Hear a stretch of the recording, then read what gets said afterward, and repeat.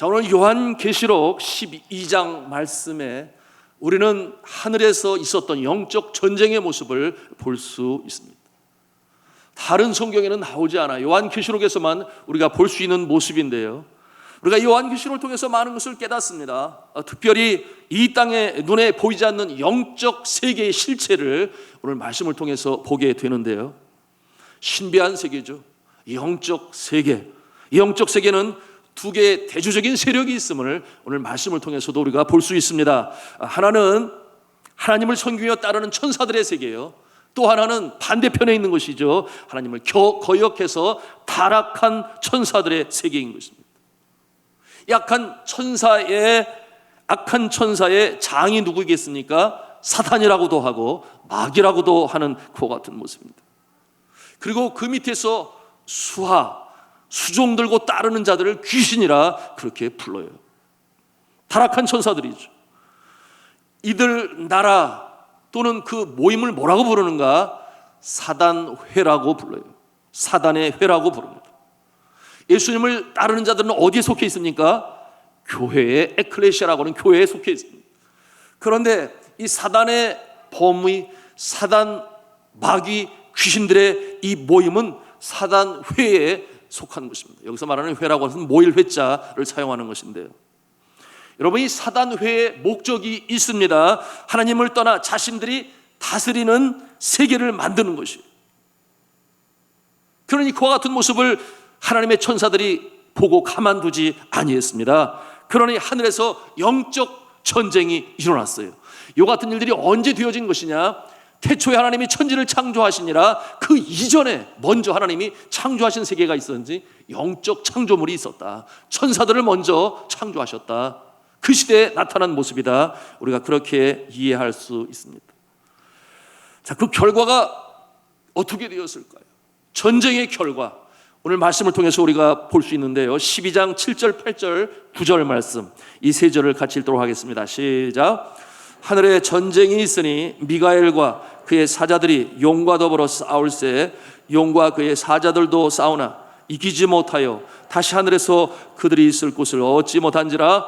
큰 용이 내쫓기니 옛뱀 곧 마귀라고도 하고 사탄이라고도 하며 온 천하를 꿰는 자라. 그가 땅으로 내쫓기니 그의 사자들도 그와 함께 내쫓기니라. 아멘. 큰 용 또는 옛뱀이라고 그렇게 표현하고 있습니다. 사단과 마귀의 이름은 이처럼 짐승의 이름으로 표현되고 있습니다. 저들이 하늘 그 영적 전쟁에서 패하게 되니 쫓겨나게 되었어요. 쫓겨난 곳이 어디입니까? 이 땅이요, 공중인 것입니다. 이 땅과 공중. 그러니 공중 권세 잡은 자, 그렇게 또한 우리가 표현을 합니다. 그리고 오늘의 말씀처럼 그 모습이 어떠한 모습이냐? 온 천하를 꾀하는 자다, 그렇게 묘사하고 있습니다. 그러니 저들은 하늘이 아닌 이 땅에서 자신의 영역을 확장하는 것이었습니다. 그렇기 때문에 하나님께서 창조하시는 이 땅 가운데 자신의 영역들을 늘리려고 하니 에덴 동산에 나타나서 하나님의 창조물 보시기에 선한 그 창조물에 다가와 거짓으로 꾀고 하와를 통해 하나님을 거역하게 만들고 이처럼 자신들의 영역을 확장해 나갔던 모습인 것입니다. 아담과 하와를 타락하는 그 모습으로 인하여 어떠한 결과가 나타났어요? 사람만 타락한 것이 아니었습니다. 모든 자연 만물이, 왜냐하면 아담과 하와는 온 우주 이 창조 피조물들의 대표자로 하나님께서 세우셨거든요. 그것을 다스리고 지키라고 말씀하셨거든요. 그런데 아담과 하와가 타락하게 되니 그 같은 안 좋은 영향력이 자연 세계에 미치게 되었습니다. 여러분, 이와 같은 모습은 이 동물들의 세계에서도 포획하고 약육강식이 나타나고 자연은 기근과 홍수와 혹한과 화산 터지는 일과 지진과 이와 같은 그 같은 모습들이 에덴 동산에 없던 모습들이 아담과 하와의 타락 이후에 나타나는 현상들인 것입니다. 그와 같은 모습을 보면서 누가 기뻐하고 쾌제를 부르는가? 바로 이 사단 마귀의 세력들이 그와 같은 모습을 보면서 쾌제를 부르는 것입니다. 여러분, 그러므로 이 하나님께서 창조하신 이 세상은 그 원래의 계획대로라면은 파라다이스라고는 낙원의 모습으로 전진해 나갈 것인데 그러지 않아요. 엉뚱한 쪽으로 발전해 나가게 되니 그 모습은 사단이 원하는 대로 이 땅에 멸망의 그늘이 임하고 사망이 임하고 도적이 온 곳은 도적질하고 죽이고 멸망시키려는 것뿐인데 그와 같은 모습으로 마치 놀잇감처럼 이 인간들 그리고 자연세계를 농락하는 것입니다. 이것이 사단과 마귀의 모습인 것입니다. 자, 이와 같은 모습 우리가 예수 그리스도께서 광야에서 시험 받으실 때도 사단이 나타나서 유혹하지 않습니까? 지극히 높은 산으로 가서 천하만국과 그 영광을 보여 이르되 만일 내게 엎드려 경배하면 이 모든 것을 내게 주리라 그렇게 유혹을 합니다. 여러분, 그러면은 이 땅에 하나님께서 세우신 모든 피조 만물이 사단의 것입니까? 그렇지 않아요. 여전히 하나님의 것이에요. 다만 그와 같은 타락한 존재가 이 자연세계를 회파하고 자꾸만 기능적으로 돌아가지 않도록 악순환으로 끌고 나가는 것인데 무슨 권세를 가지고 예수님에게 이 천하 만물을 다 준다고 저가 그렇게 또 거짓말로 속이는 것입니까? 이와 같은 상황에서 예수 그리스도께서 이 사단의 괴계를 어떻게 물리치십니까?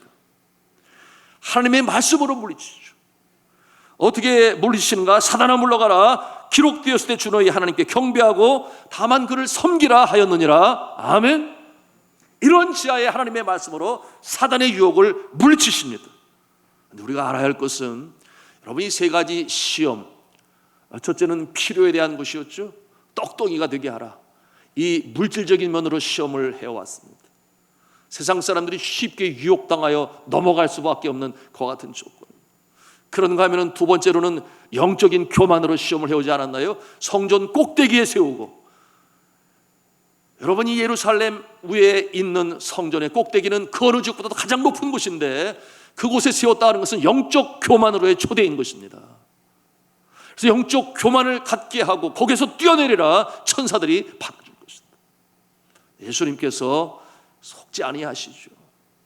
그리고 물리치시고 마지막에 바로 이 천하 만국을 다 보여주는 산으로 올라가서 또 시험하는, 이것은 영적 교만이 아니고 이제는 이 세상에 대한 권세욕을 가진 그와 같은 모습으로의 심판인데요, 하나님께서 물리치실 때 다 하나같이 신명기에 있는 말씀으로 물리치세요. 말씀으로 물리치십니다. 예수 그리스도께서도 사단이 그처럼 유혹으로 다가올 때 말씀으로 물리침을 우리가 기억하면서 여러분, 생명의 말씀을 가슴에 두시기를 바랍니다. 우리 구역장 성경 공부를 통해서 성령에 대한 부분을 함께 나누었는데요, 심령이 청결한 자 그 마음에 성령님이 내주하시고, 그리고 그 말씀을 사모하고 가슴에 새기는 자 유혹이 닥쳐옵니다. 양심을 속일 만한 그와 같은 상황이 닥쳐옵니다. 그럴 때에 성령께서 말씀으로 생각나게 하세요. 그래서 말씀을 가지고 승리하게 하세요. 그러니 생명의 말씀이요, 우리가 걸어가는 이 순례자의 길에 좌로나 우로나 치우치지 아니하고 똑바로 걸어갈 수 있는 일에 말씀이 능력이 됨을 믿으시기 바랍니다. 예수님께서도 말씀으로 승리하셨다면 사단이 가장 두려워하고 무서워하는 것이 무엇이겠습니까? 바로 주의 말씀인 것입니다. 우리가 이와 같은 모습으로 이겨 나갈 수 있는 사단의 유혹과 괴계를 우리가 능히 물리칠 수 있는 것입니다. 그러니 두려워하지 마세요. 겁내지 마세요. 여러분이 사단의 존재, 마귀, 귀신의 역사를 너무 깊이 골머리 생각할 것도 아닙니다. 하나님의 자녀들은 그 심령 가운데 성령이 내주하시니 감히 침범할 수 없어요. 유혹으로 다가올지 모릅니다. 그럴 때 예수의 이름으로 물리치면 감히 범접할 수 없어요. 믿으시기를 바랍니다. 그렇지 않으면 두려움 때문에 거짓의 영이 들어와서 실제는 아닌데 그와 같은 모습을 가지고 심리적으로 영적으로 시험을 해요. 그래서 하나님의 자녀이면서도 쉽게 당할 수 있습니다. 주의해야 될 부분인 것이죠. 자, 예수님께서 이 땅에 강림하시고 사단의 권세에 묶여 있었던 이 세상과 인류를 십자가의 능력으로 구원하시게 되니 이제 사단 마귀가 얼마나 원통했겠어요. 아담과 하와가 타락한 이후로 공중 권세 잡은 자, 이 땅에서 자신의 영역을 넓혔던 사단의 영역 아니었겠습니까? 그런데 하나님의 나라가 시작됐다 그랬어요.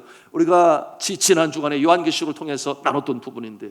천국은 침노하는 자의 것이니라 그랬습니다. 그래서 예수님이 이 땅에 오셔서 지극히 적은 겨자씨만한 모습으로 하나님의 나라가 시작이 되었다 그랬습니다. 제자들 12명과 더불어 시작되어진 하나님의 나라, 이 하나님의 나라가 가까웠으니 이와 같은 말씀으로 가르쳐 주셨는데요. 그러면서 점점 이 사단의 영역, 그 범위를 자꾸만 치고 들어갑니다. 그러니 사단이 가만히 있겠어요? 원통한 거예요. 빼앗기는 거예요. 그럼에도 불구하고 이미 하나님의 나라는 이기고 하는 전쟁인 줄로 믿습니다. 이기고 하는 전쟁. 어차피 이길 것인데 그와 같은 과정으로 점진적으로 발전해 나가고 있다.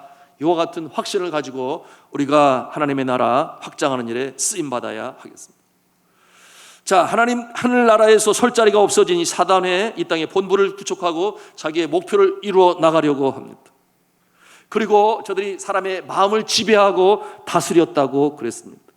여러분, 이와 같은 영적 내용을 가지고 있어요. 오늘 12장의 말씀을 우리가 이해할 수 있는 거예요. 자, 그러면 이제 12장 1절 말씀 들어가겠습니다. 뭐라고 그랬어요? 하늘에 큰 이적이 보이니 라고 말씀하고 있습니다. 사도 요한이 보는 것입니다. 하나님께서 보여주는 것이죠. 현재와 미래에 역사하고 있는 영적 전투의 모습을 이렇게 보여주고 계십니다. 자, 이 말씀에 보니까 해를 옷 입은 한 여자가 나타나고 있어요. 여기서 해를 입었다. 여기서 이 해는 뭘 말하는가 하면은 하늘에 떠 있는 해를 말하는 거예요. 선을 말하는 것입니다. 이렇게 다친 상처받은 그런 것이 아니라 해를 입은, 옷 입은 한 여자, 하늘의 태양. 그런데 그 모습을 보니 그 발 아래에는 달이 있고 그 머리에는 12별의 관을 썼더라. 근데 3절에 보니 뭐라고 그럽니까? 이 여자가 아이를 비어 해산하게 되매 아파서 애를 쓰며 부르짖더라. 그리고 5절 6절에 뭐라고 하십니까? 우리 5절 6절 말씀을 같이 또 읽도록 하겠습니다. 시작. 이는 장차 철장으로 만국을 다스릴 남자라. 그 아이를 하나님 앞과 그 보좌 앞으로 올려가더라. 그 여자가 광야로 도망하며 거기서 1260일 동안 그를 양육하기 위하여 하나님께서 예비하신 곳에 있더라. 아멘. 자, 여기서 이 여자를 볼 때 누구를 연상할 수 있겠습니까? 잘 연상이 안 됩니까? 혹시 마리아 아닌가 이렇게 연상하시는 분 계십니까? 예수님을 출산한 마리아의 모습. 예수님을 출생했을 때 죽이려고 하지 않았나요? 그래서 피신한 모습이 오늘 말씀에 또 그려지지 않아요? 광야로 도망을 했는데 또 그 장소를 하나님께서 예비하셨다. 이와 같은 내용이 있고, 그러니 마리아와 요셉이 예수님을 출산한 다음에 피하여 어디로 가요? 애굽으로 가요. 그래서 이와 같은 모습이 바로 그거 아니냐, 이렇게 연상하고 그리시는 모습들이 있는데, 이 모습이 주로 천주교 캐톨릭 신학자들이 해석하고 있는, 왜 그렇게 해석하겠습니까? 마리아를 높여야 하니까. 그래서 이것을 마리아로 해석해요. 그런데 우리 개신교, 특별히 개혁주의 입장에서는, 장로교 입장에서는 그렇게 해석하지 않고 이 여자를 신부로 표현을 하는데, 여자나 신부나 같은 내용인데 신부 그러면 누가 떠오릅니까? 교회가 떠올라요. 예수님은 신랑이 되시고 교회는 신부가 되신다. 자, 이와 같은 모습으로 해석을 합니다. 그러니 이 여자를 교회로 해석을 하는데요. 여러분, 이와 같은 내용이 맞는 것은 13절 말씀을 우리가 보시면 또 금방 알 수 있는데요. 13절 이하를 읽으시면 우리가 알 수 있는데, 그 중에 17절 한 절을 같이 읽도록 하겠습니다. 시작. 용이 여자에게 분노하여 돌아가서 그 여자의 남은 자손 곧 하나님의 계명을 지키며 예수의 증거를 가진 자들과 더불어 싸우려고 바다 모래 위에 섰더라. 아멘. 자, 이 사단의 공격을 받는 자들이 누구인가? 여자의 후손들입니다. 그들은 하나님의 계명을 지키고 예수의 증거를 가진 자라 그렇게 말씀하고 있어요. 누구겠습니까? 하나님을 창조주로 예수님을 구주로 믿는 성도들이라고 말할 수 있겠습니다. 이 성도들을 만들어내고 훈련시키고 말씀으로 가르치는 곳이 어디일까요? 교회인 것입니다.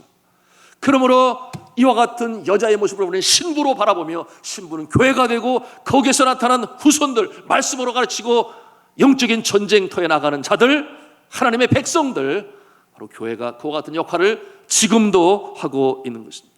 그래서 하나님의 교회로 그렇게 해석을 하는 거예요. 자, 그러면 5절의 말씀에 태어난 아들은 누가 되겠습니까? 5절 말씀, 장차 철장으로 만국 다스릴 남자라 하늘로 올려가더라. 누가 되겠습니까? 예수 그리스도예요. 여러분, 이제 여러분 중에 이제 혼돈스러워질 수 있습니다. 아니, 예수님을 낳았으니까 그 어머니 마리아 아니겠어? 뭐 이런 생각을 우리가 이제 또 볼 수 있겠습니다. 여러분, 이와 같은 모습, 육적으로 예수 그리스도께서 마리아의 몸을 빌려 나신 것은 맞습니다만은, 오늘 아침에도 우리가 함께 나누었어요. 우리를 하나님께서 언제 미리 택하셨다고 그랬습니까? 창세전에. 예수님께서 이 땅에 오시기로 한 것은 단순히 요셉과 마리아가 우리가 자녀가 필요해 그래서 난 것 아니지 않겠습니까? 예수님이 이 땅에 오시기로 작정하신 것은 언제일까요? 에덴 동산에서 아담과 하와가 타락한 이후에 포기하지 않으시고 구원하시기 위하여 그때부터 이미 계획을 가지고 있으셨고, 이와 같은 모습은 아브라함을 통하여 그 외에 나타난 주의 선지자를 통하여 계속해서 예수님이 이 땅에 태어나실 것을 예언하셨으니, 여러분, 신약에는 신약 교회가 있고 구약에는 구약 교회가 있습니다. 바로 하나님을 중심으로 모인 하나님의 백성들, 구약 교회요. 오늘날 신약 교회는 성령을 통하여 출발되어진 이 땅에 신약 교회가 있습니다. 물론 이 신약 교회의 몸은 예수 그리스도가 되는 것이죠. 그렇다면 이 하나님의 자녀 우리들 뿐만 아니라 예수 그리스도는 어디에서 어떠한 기원을 가지고 있느냐? 그것이 마리아냐 아니면 구약 교회냐? 우리는 이렇게 질문할 수 있어야 된다, 그 말이에요. 여러분, 예수님의 출생은 이 구약 교회의 예언을 통하여 이제 신약을 출발하는 그때에 이 땅에 강림하셨는 줄로 믿으시기를 바랍니다. 우리가 이와 같은 모습을 보면서 하나님께서 만들어 가시는 교회를 통하여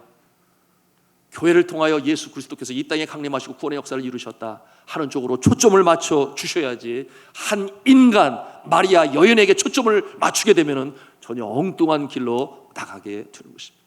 그래서 요한계시록, 오늘 우리가 나누는 이 12장의 모습으로 천주교의 신학과 개신교의 신학이 또다시 다른 모습이라고 하는 것을 우리가 발견할 수가 있는 것입니다.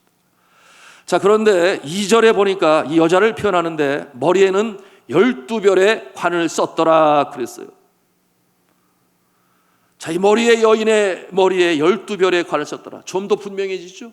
12별의 관은 구약시대 구약교회의 12관, 누구를 말하겠습니까? 야곱을 후손을 통해 만들어진 이스라엘의 12지파를 말씀하고 있는 거예요.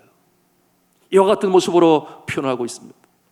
하나님의 나라 교회를 이루는 하나님의 백성들의 전체의 수를 바로 이 12에 표현한다 그랬어요. 이스라엘의 12지파를 상징하는 모습입니다.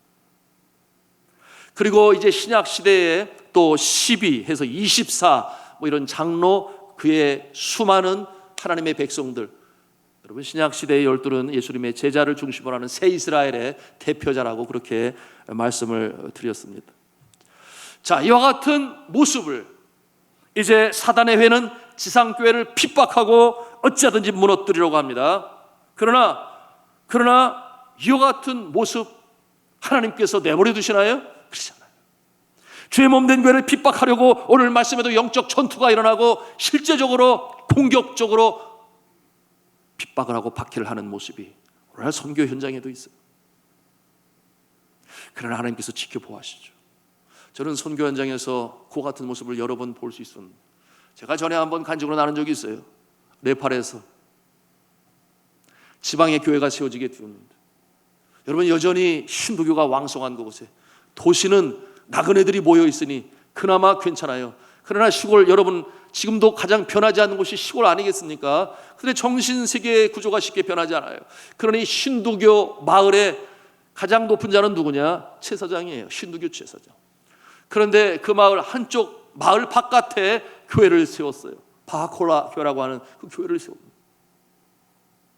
그런데 이 힌두교의 명절이 되니 뭐 더사인이나 띠아르 같은 종교 축제, 힌두교의 명절입니다. 그때는 모든 도시에 있던 사람들이 마치 우리 추석 때나 구정 명절에 돌아오는 것처럼 다들 시골로 돌아오게 되는데, 여러분, 그처럼 명절이 되면 먹고 마시고 춤추고 뭐 대단합니다. 그 명절이 우리나라는 길어야 4일 5일인데 거기서는 2주를 줘요. 2주. 온 세상에 2주 동안 일을 안 하면 제대로 나라가 산업이 돌아가겠습니까? 그런데 그렇게 2주를 주는 이유가 있다고 그랬어요. 산이 높고 골이 깊어 걸어가는 데만 13박 14일 길이다.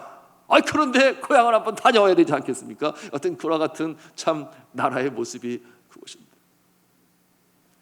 그와 같은 날에 교회들은 부흥회를 해요. 예수 믿는 집의 자녀들이 외롭잖아요. 함께 어울릴 수 없잖아요. 그래서 부흥회를 하게 되는데 그 마을에 명절에 된 술을 이만큼 먹은 그와 같은 청년들이 우리 마을 옆에 그들의 표현이에요. 재수없게 부정타게 서양 종교가 들어와서 교회를 세웠다. 이번 기회에 완전히 끝내줘야 돼. 부셔버려야 돼. 그 같은 마음을 가지고. 그래서 술이 이만큼 권하게 취했어요. 그리고서는 풍해라고 있는 밤에 쳐들어온 것 아니겠습니까? 그래서 그 안에 들어서 난동을 피고 집기를 부수고, 그리고 마치 우리 과거 전쟁터에서나 들었던 얘기처럼 예수를 믿지 않는다고 그러면 집에 보내주고 예수를 믿는다고 그러면 오늘 밤에 가만 놔두지 않겠다 이처럼 협박을 하고 두려움으로 사람들을 몰아넣어. 그러는 가운데 거기에 그와 같은 모습을 말리려다가 저들이 주먹을 휘두르고 폭력을 휘두르고 할맞이는 넘어서 팔이 부러지고 또 그와 같은 모습을 말리려다가 또 이 발도 부러지고 이와 같은, 그러는 가운데 그야말로 이 예수를 믿겠다고 하는 사람은 그 교회에다 가둬놓고 밤새도록 못 살게 굴고, 그와 같은 가운데 다치고 힘든 사람들이 얼마나 어려웠겠어요. 그런데 거기에 있는 전도사가 이제 바깥으로 나가게 되었는데, 바깥으로 나간 게 아니라 그들이 그 전도사를 끌어가지고 그 집안에서는 그 전도사를 협박하고 예수처럼 내가 너를 나무에다가 달아주겠다. 그래서 나무로 끌고 가고 교회 위에 있는 십자가는 끄집어내서 나무로 된 것이 부러뜨려 버리고 이와 같은 행패를 부렸어요. 그 같은 상황에서 이 전도사님은 가까스로 그들을 뿌리치고 밤새도록 걸어서 카트만두에 오게 되었는데, 이 소식이 그날 새벽에 한국 선교사님에 의해서 알려지게, 왜냐하면 거기는 한국 선교사님이 세운 이 카트만두에 있는 교회의 지교회로 그것이 세워졌거든요. 그래서 선교사님들이 이메일을 보고 함께 기도, 그리고 저는 또 찾아가서 보게 되니 아픔에 신음하고 있는 저들의 모습, 그래서 위로하고 격려하고 또한 헌금을 하고 또 파탄 병원이라고 하는 곳에 가서 새벽에 가면은 또 무료로 고쳐주고 뭐 그런 가난한 나라의 그런 시스템이 있어요. 선교사가 세운 병원이었거든요. 하여튼 그와 같은 일들로 어려움 가운데 주일을 맞이하고 예배를 드리게 되었습니다. 선교사가 다리에 올라가서 그 아픔 속에 신음하고 있는 저들을 향하여 뭐라고 그랬는가? 이 나라 백성들이 아직 하나님이 누군 줄을 몰랐어. 알지 못하기 때문에 이렇게 핍박을 가하고 어려움을 주지만, 그러나 정말 이럴 때일수록 우리는 기도해야 됩니다. 이렇게 선포하고 저들의 잘못을 나의 잘못으로 인정을 하고 예레미야와 같이 이 나라 민족을 끌어안고 기도하자 그러면서 기도를 하기 시작했는데요. 여러분, 기도하는 가운데 찬송을 불렀습니다. 뿌려보지 띠밀라이 깨쳐라오 요메로 섭지반 띠무로이호, 이와 같은 찬송을 주 앞에 부르는데 여기저기에서 흐느낌의 울음소리가 나오기 시작하고, 여러분, 주의 몸된 교회가 핍박을 당하고 저들이 육신적으로 고통을 당하고 소수 이제 마이너리티라고 그러는데 기독교를 믿는 저들이 그렇게 따돌림 당하고 멸시천대받는 것도 서러운데 그렇게 육신의 아픔을 입었으니 얼마나 힘들겠어요.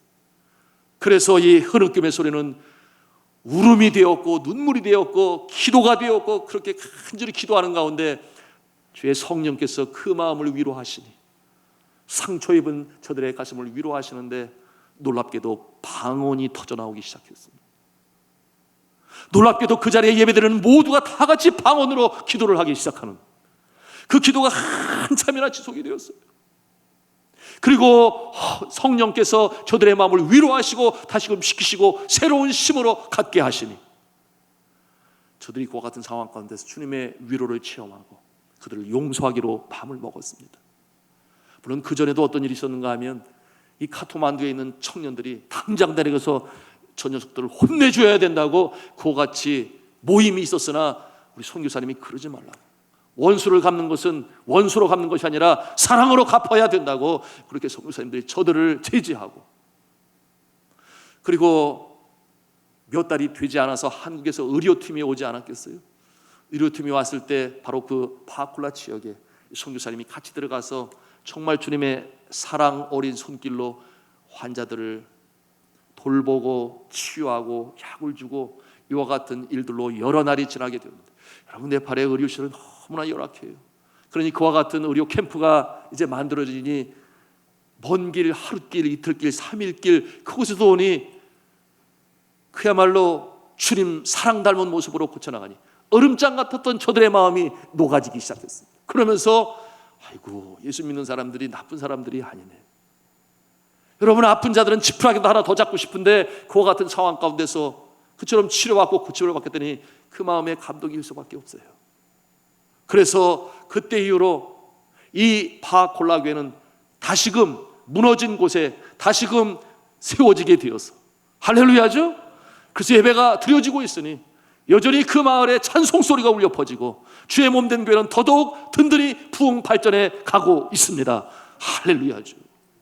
이와 같은 역사를 정말 산 체험으로 경험한 그 바콜라 교회의 성도들은 비 온 다음에 더 땅이 굳어진다고 그와 같은 환난과 핍박 가운데 승리의 역사를 체험하니 더 굳건한 믿음으로 서게 되었습니다. 저 오늘 말씀을 마칩니다. 이 땅의 영적 전쟁이 계속 진행이 되고 있어요. 특별히 선교 현장이 그렇고 복음이 닫혀 있는 곳이 그러합니다.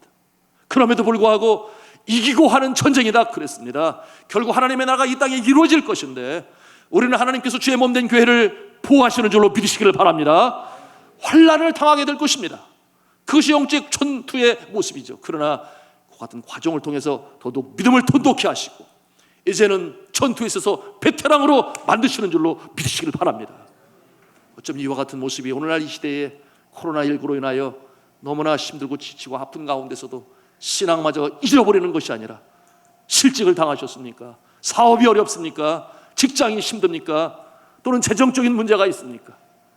이와 같은 상황 가운데서도 주님을 의지하고 다시금 일어서셔서 비온 뒤에 더 굳어진다, 이와 같은 확신을 가지고 나가시는 저 여러분 다 되실 수 있기를 주님의 이름으로 축원합니다.